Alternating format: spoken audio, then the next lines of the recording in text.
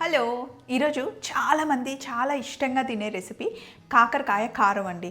అన్నంలో తిన్నా, దోశలో తిన్నా, ఇడ్లీలో తిన్నా బాగుంటుంది. చేదు లేకుండా చేసుకుందాం. ఫస్ట్ పొయ్యి మీద ఒక బాండి పెట్టాను. చాలామంది డీప్ ఫ్రై చేస్తూ ఉంటారు, అవసరం లేదు. కొంచెం నూనె వేసేసుకొని ఇందులో పల్లీలని చక్కగా వేయించుకోండి. మనం తీసుకుంది 1/2 కిలో కాకరకాయకి 2 గుప్పెళ్ళు పల్లీలు తీసుకున్నాను. అలాగే ఒక గుప్పెడు శనగపప్పు వేసుకోండి. ఇందులోనే పొట్టు తీయకుండా వెల్లుల్లి అలాగే వేసేసుకోండి, రుచి చాలా బాగుంటుంది. అలాగే ఒక 5-6 రెబ్బల కరివేపాకు చక్కగా వేగాలి. ఎండుమిరపకాయలు ఒక 10 నుండి 15. కొంచెం టైం పడుతుంది ఇవన్నీ వేగడానికి, దూరగా వేగాలన్నమాట. పచ్చిగా ఉంటే మళ్ళీ బాగోవు. ఇవన్నీ ఇంకా బాగా వేగిన తర్వాత లాస్ట్లో ఒక స్పూను జీలకర్ర వేసుకోండి.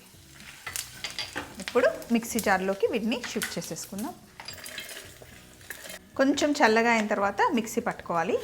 ఈ వేంపుకున్న వాటిలోనే ఉప్పు, కాస్త చల్లగా అయిన తర్వాత దాన్ని మిక్సీ పట్టుకుందాం. ఈ లోపల మళ్ళీ బాండీలో కొంచెం నూనె వేసుకోండి.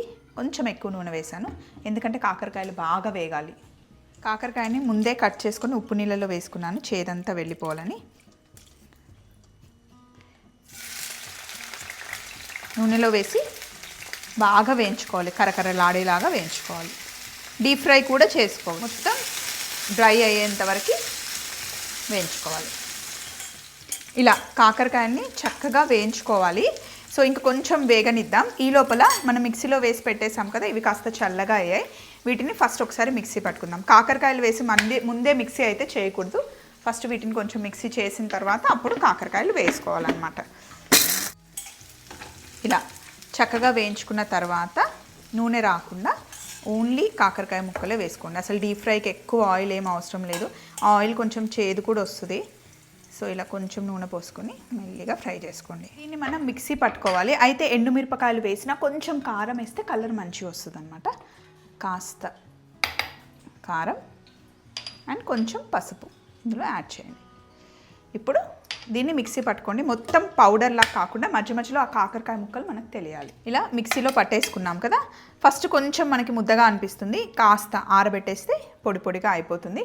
ఒకసారి ఇలా తయారు చేసి పెట్టుకున్న కాకరకాయ కారం చాలా రోజులు ఉంటుంది. హ్యాపీగా అన్నంలో, చపాతీతో, దోశతో, ఇడ్లీతో కూడా ఎంజాయ్ చేయొచ్చు. ఒక బౌల్లోకి తీసుకుని